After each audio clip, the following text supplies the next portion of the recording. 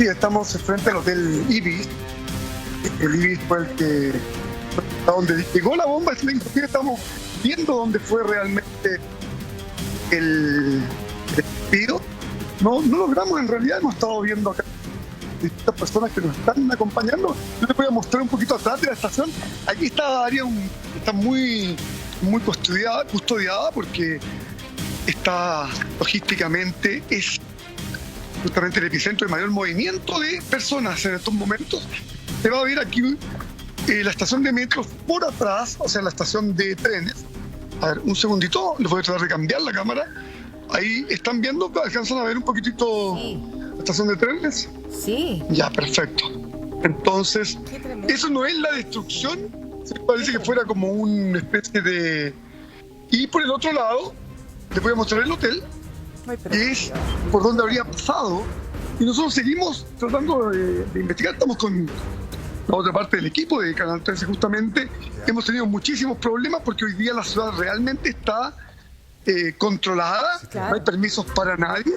Y si no son visitas organizadas por el mismo gobierno, no hay pases para los periodistas. Está lleno de civiles armados, pero lleno. Jorge. Alfonso es testigo de lo que nos está ocurriendo. En cualquier punto que nos paremos, no pasan apenas 30 segundos, ya paran los autos con milicianos, con gente armada, que nos piden documentos inmediatamente. Jorge. En la mayoría muy amables, no hemos tenido ningún tipo de... Ya una vez cuando uno muestra pasaporte y cartas de prensa, en general cambia bastante la actitud. Sí, Jorge, para poner en contexto, estamos en pantalla dividida. En la parte derecha vemos la imagen de anoche, entendemos, que fue la caída de este misil en esta estación de tren, que es precisamente donde tú estás el día después para dar cuenta de la destrucción y de lo cerca que pasó de un hotel, ¿no? Esa es la trayectoria que tú nos estabas describiendo con las imágenes que nos estás mostrando. Sí, claro, es el hotel que me estoy dando vuelta para que lo puedan ver mejor. Es ese hotel. Claro. Voy a levantar un poquito la cámara. Se alcanza a ver que dice McDonald's y... Sí, lo vemos perfecto, sí. Jorge. Perfecto. Y entonces me voy a mover porque del otro lado justamente están estas iglesias que aquí son símbolos nacionales y yo no sé si alcanza. Está ahora, cerca, muy cerca. Aquí, Jorge, disculpa la pregunta. Por eso que causa una indignación. ¿Qué tan cerca está? Total. Jorge, ¿qué tan cerca está esta estación de trenes para poder situarnos? Porque hasta donde nosotros entendemos, los bombardeos no han llegado al centro como urbano de Kiev. Pero entiendo que esto está, claro, donde estaba mal poder político y todo, la Plaza Maidán y todo lo que conocemos. Digo, ¿qué tan cerca entonces está esta estación de tren de Plaza Maidán, por ejemplo, donde ustedes están alojados? Y mira, estamos a 4 estaciones de metro, pero claro, acá las estaciones de metro son mucho más distantes que en nuestro país. ¿Ya? Por lo tanto, yo pienso que debemos estar a unos 6 kilómetros, una cosa así. Ya. Pero igual es cerca. Sí, el tema de misiles y eso es muy cerca. Claro, muy cerca. Sí, es verdad. Claro. Claro, y una estación de trenes que hoy día es mucho más simbólica también, ¿no? Por todo lo que implican los desplazamientos y por querer desplazarse, salir a cualquier lugar, entonces, que fundamentalmente de Kiev, pero también de Ucrania. Jorge, vamos a tomar contacto ahora con Iván Valenzuela, que está precisamente en Polonia, a propósito de todo lo que hemos estado conversando. Iván, ¿cómo estás? Te saludamos desde el estudio. ¿Cómo están allá en Santiago? Oye, claro, aquí en Polonia, en la frontera, porque aquí estamos a pocos kilómetros, 30, 50 kilómetros de la frontera, estamos en Przemyśl y esta ciudad, esta ciudad se ha convertido en un epicentro porque llegan muchas personas desde Ucrania. Nosotros por simplificar decimos ucraniano, pero en realidad hay de muchas nacionalidades que están saliendo. Sabemos que hay, por ejemplo, chilenos. Llegan y desde varios puntos fronterizos que están en las cercanías, hay por lo menos 2 o 3, y se empiezan a concentrar aquí y en Jesús, que es la ciudad más grande de esta zona regional. Y cuando estamos en el millón de refugiados, en el millón de personas desplazadas en el día de hoy, pues bien, se entiende por qué las cosas están funcionando de la manera que están funcionando en esta estación, que no se detiene día y noche. A veces no pasan trenes, aquí hace rato que no pasa ningún tren, pero la estación tiene un bullicio, tiene un fervor durante todo el día, que es incesante, porque de lo que sirve es este punto de conexión. Estábamos recién conversando con un chico alemán, por ejemplo, que está con un cartel, con su computador, con unas hojas, está registrando y quiere registrar a 40 personas para meterlas arriba de un bus, para llevárselas a Düsseldorf, en Alemania, ofreciéndoles el traslado gratuito, un alojamiento, un albergue en Düsseldorf, y la posibilidad de casi empezar una nueva vida, al menos temporalmente. Iván. Es una situación que se repite y se repite porque el voluntariado en esta ciudad y en Polonia es muy interesante, muy importante, y parte de ese voluntariado implica hacer ese tipo de ofertas. Sí, Iván, te quería contar una historia que vivimos nosotros ayer en el programa y tiene que ver con Daniel Navarro, que estaba tratando de salir con su señora, que es ucraniana, con Nadia, y se demoró 2 días, 3 días probablemente en salir. Y ellos habían dejado a la suegra de Daniel, a la mamá de Nadia, que dijo: yo de Ucrania no me voy. Y después esta señora se arrepintió. Entonces ellos se ponen de acuerdo: tómate un tren, tómate un bus, toma lo que sea y te reencontramos en un punto, porque ellos van con destino a Rumania, que entendemos que aparentemente ya lograron cruzar. Iban con destino a Rumania y en esta ruta, la suegra de Daniel finalmente se desvía por todos los desvíos de tránsito que hay, por los controles militares, y ella sale a Polonia. Te cuento esta historia, Iván, porque también nos contaba Mario Cárdenas recién que cuando el tren se detiene y llegan a otra ciudad, es un llanto entre angustia pero también de esperanza. ¿Cuáles son las imágenes que ustedes ven a diario ahí? ¿Cómo son estos reencuentros, si es que se dan? ¿Cuál es la emotividad que nace de ahí? Bueno, eso fue yo te diría, uno de los primeros impactos de la situación de la que hemos sido testigos. Cuando llegamos acá, acuérdense que llegamos con el equipo de Alfonso Concha y Gastón, su camarógrafo, llegamos juntos a Polonia el viernes pasado, cuando las hostilidades ya cumplían su segundo día. Y ese día ya vimos los primeros grupos de refugiados que estaban en un albergue esa noche, me acuerdo. Era tarde la noche en horario de chileno, así que era mucho más tarde acá. A la mañana cuando llegamos a ese lugar. Y ahí ya había, se empezaba a notar esta sensación como de que algo raro estaba pasando, que algo malo estaba pasando.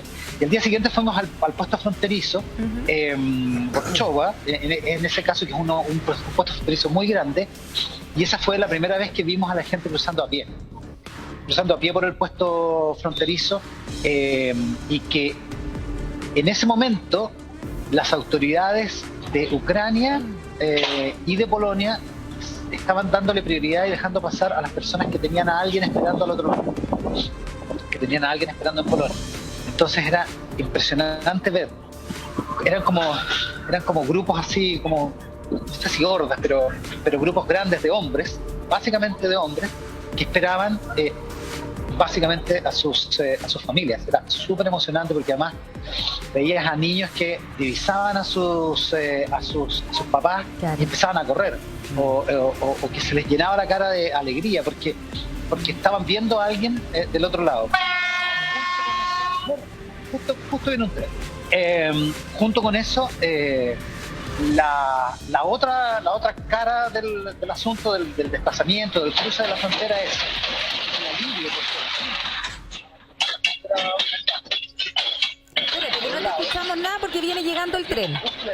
Espérate, te vamos a poner en pausa un ratito, Iván, porque no escuchamos absolutamente nada. Escuchamos parece, claro, escuchamos solamente el tren que está llegando y que nos imaginamos que esa... Pero solo pasó. Ángeles, sí. En este minuto, como estamos con el acento colocado en la catástrofe humanitaria, que es la derivada no deseada de toda guerra, el gobierno del presidente Zelensky acaba de agregar un punto para la negociación que se va a comenzar en unas horas más con la delegación rusa. Va a pedir la creación de corredores humanitarios. Es la postura del gobierno de Ucrania. Lleva 3 puntos esenciales. El primero, alto al fuego. Sí. El segundo, el retiro de los efectivos rusos a las fronteras. Y el tercero, que se creen rápidamente corredores humanitarios, porque hay miles y también millones de personas que están atrapadas en situaciones complejas como la siguiente. Lidardo, ¿qué significa? Voy a Mariupol, en donde en este instante están bombardeando esta ciudad que no tiene agua, no tiene luz, no tiene calefacción Mariupol. Es decir, le cortaron todos los servicios esenciales para allí. ¿Me decías? Sí, ¿qué significa construir un corredor humanitario? ¿Quién lo construye? ¿Quién lo hace? ¿Cómo se define la ruta? Significa ¿Es un acuerdo entre dos países? ¿Cómo? Sí, significa que los combatientes permiten que en unas áreas, unas líneas geográficas, puedan moverse sin miedo a que las vayan a atacar. Eso es un corredor humanitario. Pero eso tendría que ser con cese de fuego entonces en ese minuto. Eso implica también. No, es otra cosa distinta. Un corredor humanitario no tiene que ver nada con el cese al fuego. No, pero de esa zona, porque si a mí me dicen, por ejemplo, de Santiago, por poner un ejemplo, de Santiago a Viña, corredor humanitario. O sea, me imagino, claro, la ruta está habilitada, pero si están pasando y puede caer un misil en medio, no te sirve nada el corredor. Para eso es la creación del corredor humanitario, para que el riesgo esté acotado. Ahora, pasa que tú puedes tener un corredor humanitario, no garantiza inmunidad, no es que quede blindado el lugar para evitar eso. Lo que hacen las partes es decir, trazan líneas geográficas en territorios para decir, aquí en donde está el conflicto va a producirse el desplazamiento de las personas. ¿Por qué lo acaba de elevar Ucrania como elemento sustantivo, Iván? Y es lo siguiente, creo que la presión ya de la tenaza en el sur y en la región del este está obligando a que Ucrania eleve esto como una petición de la mesa de negociaciones que creemos que en 3 horas más va a iniciar hacia allá. Después del ruido del tren, del movimiento del tren, saludamos nuevamente a Iván. Un abrazo, Iván. Gusto saludarte, Libardo. De hecho, en algún momento se reclamó que no había corredor humanitario para la delegación ucraniana que va a la mesa de diálogo, pero partieron igual. Una demostración también de que hay control respecto del territorio. Era un arma de filo pedir un corredor humanitario en esa condición, pero evidentemente eso es lo que está ocurriendo porque es gente que se está desplazando por una zona de conflicto que es cada vez más mayor, cada vez más amplia y que requiere tener algunas seguridades en el contexto en que se pueden dar esas seguridades. Por otra parte, ahora pasando el voy con ustedes a Santiago. Y nadie pasar ni un tren, dijo Iván ante el despacho. No hay que perder la perspectiva que estamos hablando de 1 millón de personas que han cruzado la frontera y otro millón, nos decía Ana María más temprano, que se está desplazando en Ucrania. 1 millón de personas. ¿Cuántos son? ¿20 estadios nacionales? Más. Claro. Más de 20 estadios de personas. Claro. Aparte, ¿a dónde van a llegar? Porque la pregunta que nos hacemos también es, ¿qué capacidad tiene Polonia de absorber a todos estos refugiados? ¿Cuántos de ellos van a quedarse en Polonia? ¿Cuántos van a seguir a otros destinos? ¿Qué va a pasar con la comunidad europea ahí? A ver, lo que está pasando ahora, bueno, primero, tenemos 1 millón de personas que ya han salido de la frontera. Hay distintos cálculos y proyecciones respecto a lo que va a pasar, pero así como están las cosas, solo a Polonia están llegando del orden de las 100.000 personas al día. Están cruzando las fronteras. En ese nivel de magnitud es evidente que lo que hay que estar muy atento a lo que en la Unión Europea se está discutiendo en este momento en Bruselas, bien lejos de acá, pero con el ojo puesto aquí porque políticamente hablando la Unión Europea es el rival en este caso desde el punto de vista político. En la Unión Europea se está discutiendo ahora, en este momento, aplicar una medida inédita que está en el reglamento de la Unión pero que no se ha aplicado nunca, que es obligar a los Estados miembros que se obligaron por el pacto de la Unión a acoger a las personas que escapen de un conflicto armado como este. Y aplicar esa cláusula implica que el millón de personas que está ahora cruzando, que está repartida acá en Polonia, debe haber yo creo que estamos en el orden de las 600.000 personas. Aplicarle a esas personas y a las que vengan en lo sucesivo varias cosas. Uno, que todos los estados se obliguen a pactar cuotas para recibir en sus territorios a los inmigrantes. Exacto. Dos, que esos inmigrantes tengan garantizados en todos los estados de la Unión, los 27 países de la Unión Europea, los servicios mínimos de seguridad social, acceso a salud, educación, en fin, todas las cosas básicas. Claro. Y tercero, que tengan posibilidad de trabajar, es decir, que se garantice en los casos que sea necesario la posibilidad de trabajar legalmente en ese territorio al menos por 1 año y eventualmente hasta por 3 años. Ese es el acuerdo, es lo que propuso la Comisión Europea, que es una especie de órgano de gobierno de la Unión, lo oficializaron ayer, lo se venía comentando desde hace varios días, pero se oficializó ayer y se está discutiendo hoy en Bruselas, y esa es la única forma de hacer esto, porque de otra manera esto va a colapsar. Aquí Polonia se ha portado increíbmente esta semana. Es extraordinario desde el punto de vista del voluntariado y desde el punto de vista de la organización, pero esto no aguanta más. O sea, es una situación de plena ocupación en términos de inmigración que no aguanta más. No, y considerando que son 100.000 personas diarias, además, que se van sumando. Entiendo que hay una tanda de la vuelta. Bueno, Iván, tenía justo una pregunta precisamente que tiene que ver con la historia de Polonia, con la responsabilidad de Polonia respecto de estos temas, ¿no? Su trauma histórico, lo que pasó en un lugar tan especial, en un país tan especial, el movimiento sindical de solidaridad, que de hecho también terminó votando un poco el comunismo. Bueno, queda todo ahí pendiente, Iván. Vamos a una pausa, seguimos con más.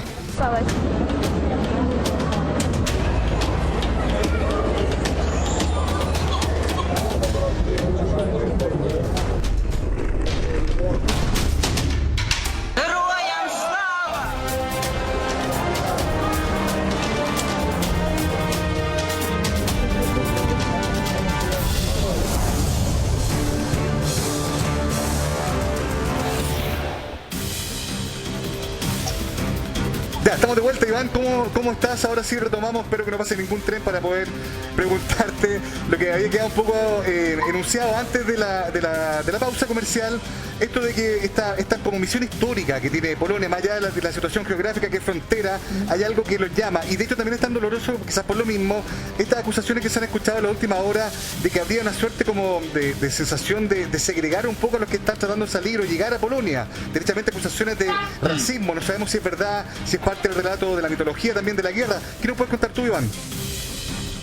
Vamos por parte. Uno, respecto de la responsabilidad de este pueblo en torno a su propia historia, hay muchos que han enarbolado la teoría de que los polacos ven con mucha simpatía lo que está pasando en Ucrania, porque les recuerda su propia historia de la Segunda Guerra Mundial, en particular por un evento histórico que es controvertido al interior de Polonia, pero que efectivamente tiene incluso un museo que lo recuerda, que es lo que se conoció como el levantamiento de Varsovia, una lucha que acabó con una generación de polacos, porque mandó a pelear contra los nazis durante prácticamente 2 meses a muchos jóvenes que terminaron sin las armas suficientes, terminaron aniquilados por los nazis en 1944, la Segunda Guerra Mundial.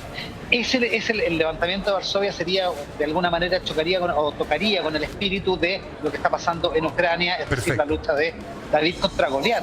Y por otra parte también todo lo que ocurrió aquí, o sea, en Varsovia, que es donde la capital está, el gueto de Varsovia, que es probablemente uno de los episodios más nefandos, indignos, horribles de la historia de la humanidad, digamos. Entonces, hay ahí una cosa que resuena, pero también hay dentro del pueblo polaco la misma noción autocrítica de que hace algunos años este país se negó a recibir a los inmigrantes del Mediterráneo, a los inmigrantes que venían de la guerra en Siria. Exacto. Entonces, ahí, ojo, porque no es coser y cantar, digamos, esta situación. Es bien impactante lo que ha ocurrido. Lo hemos alabado muchísimo. Este pueblo se ha cuadrado. Hay una encuesta reciente, habla de un 95% de aprobación para la recepción de inmigrantes. Y este gobierno, incluso un gobierno de corte un poquito nacionalista, se ha cuadrado también con el sentimiento europeo que predomina en la reacción antirrusa.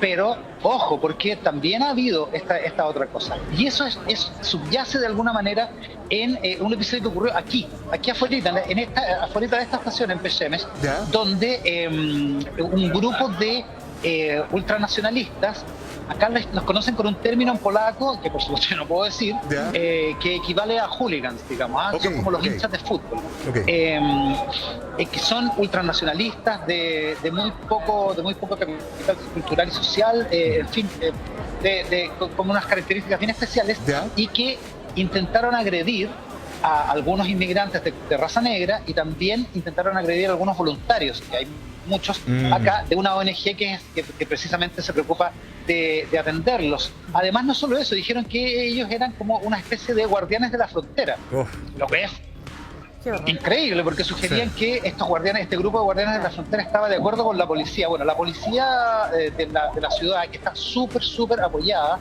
por policías de otras partes de esta ciudad, que es más bien pequeña, ha negado de plano, que tengan colaboración con ellos, ha negado de plano también unas acusaciones que circularon en redes sociales de que había inmigrantes de raza negra que habían acuchillado a una mujer polaca aquí en las afueras de la estación. Eso se negó totalmente, pero subyace de alguna manera ese riesgo. Y cuando hay una inmigración de 100.000 personas diarias por una frontera, cuando hay 1 millón de refugiados, cuando hay una cosa que es tan explosiva, tan fuerte, tan inmediata, bueno, es bien probable que se produzcan algunas tensiones y hay muchos polacos que están preocupados de que no vaya a haber, primero, el aprovechamiento político de algunos sectores para inflamar ese sentimiento en alguna parte de la población, y por otra parte, que no vaya tampoco a ocurrir que el Estado polaco no sea capaz de atender las necesidades de sus ciudadanos, pero también de quienes están ingresando a su frontera. Y por lo pronto entonces, Iván, si nos pudieses recordar, para dejarlo muy claro, estos 27 países, ya Alemania va a recibir y está recibiendo también refugiados. Mencionaste un artículo en particular. Sí, eso es un artículo en particular del reglamento de la Unión Europea, que es la unión de estos, eran 28, pero como recordarán, se fue el Reino Unido, así que son 27 países, que se obligan a sí mismos a determinadas materias, entre otras a ejercer esta labor humanitaria obligatoria para cada uno de los Estados miembros de acoger a estos inmigrantes. En el caso de un conflicto bélico como el que se está viviendo, esto es muy importante porque estamos en una situación migratoria que es muy complicada, es probablemente la peor ya desde la guerra de los Balcanes, pero en este caso está provocada por un conflicto entre dos estados. Es Rusia invadiendo Ucrania. La guerra de los Balcanes, recordemos que fue la explosión, la desaparición de Yugoslavia en lo que en principio fue una guerra civil, que después terminó siendo una guerra pero desde los Balcanes que no se veía esto, y lo que estima Naciones Unidas es que esto se puede convertir en la peor tragedia en el continente europeo en términos de refugiados desde la Segunda Guerra Mundial. Entonces, así las cosas, lo que se discute hoy en Bruselas, en la Unión Europea, yo desafortunadamente hace un rato que estoy desconectado y no he tenido ninguna actualización, es precisamente aprobar, que todos los estados aprueben que el Consejo de Gobierno, digamos, de la Unión Europea aplique este artículo, y entonces todos los estados se obliguen, independientemente de que cada uno ha ido proponiendo sus propias reglas. Incluso el Reino Unido, que está fuera ya de la Unión Europea, también está proponiendo algunas medidas como para facilitar, por ejemplo, el acceso a fuentes laborales a quienes inmigren. Gracias por esa explicación, Iván. Muchísimas gracias. Eduardo tenía una observación al respecto, ¿no? Pero espérame, tenemos que despedir a Iván, para que siga entonces reporteando. Un beso a todos del estudio. Nos reencontramos pronto, Iván. Gracias a usted, un placer escucharlos. Chao, chao. Una semana después del inicio del conflicto, de la invasión rusa sobre Ucrania, comienza a aparecer lo más dramático que es la catástrofe humanitaria. Hasta el momento ya están cifrando en 1.200.000 el número de personas que se han desplazado hacia el exterior. Pero esas cifras son cortísimas. No son más por lo siguiente, porque el gobierno ucraniano tomó la decisión de impedir la salida de hombres de 18 a 60 años de edad. Con este flujo de salida, lo que estamos diciendo de 100.000 al día, y se van a incrementar, es que la proyección es que van a terminar siendo desplazados más de 10 millones de ucranianos. Oigan, 10 millones de ucranianos. ¿Dónde los ubican? ¿Dónde los colocan, Francesco? Porque lo delicado es que tú tomas esto de 100.000, lo que decía Iván, puedes asignar la cuota que tú quieras. Puedes asignar la cuota que tú quieras. Puedes coger los 27 del grupo de la Unión Europea y asignar cuotas. Entonces, aunque asigne cuotas, el desplazamiento que no se ha visto superior a lo que pasó en la guerra de los Balcanes, el desplazamiento de las personas revela ahora la cara de la catástrofe humanitaria que se viene. Ciudades que están destruidas, sin luz, sin agua, sin servicios, sin calefacción. O sea, la gente está pasándolo mal. Y en pleno invierno. Entonces, ese volumen de desplazados va a aumentar. Cifras que yo creo van a ser conservadoras. Van a terminar en 10 millones de personas desplazadas. Hay que pensar que Ucrania tiene 40 y algo millones de habitantes. Si dejamos la mitad que se queden en el conflicto, son 20 millones. 20 millones de personas, no hay país, no hay nada que no hay capacidad. Vecinos que pueden recibir.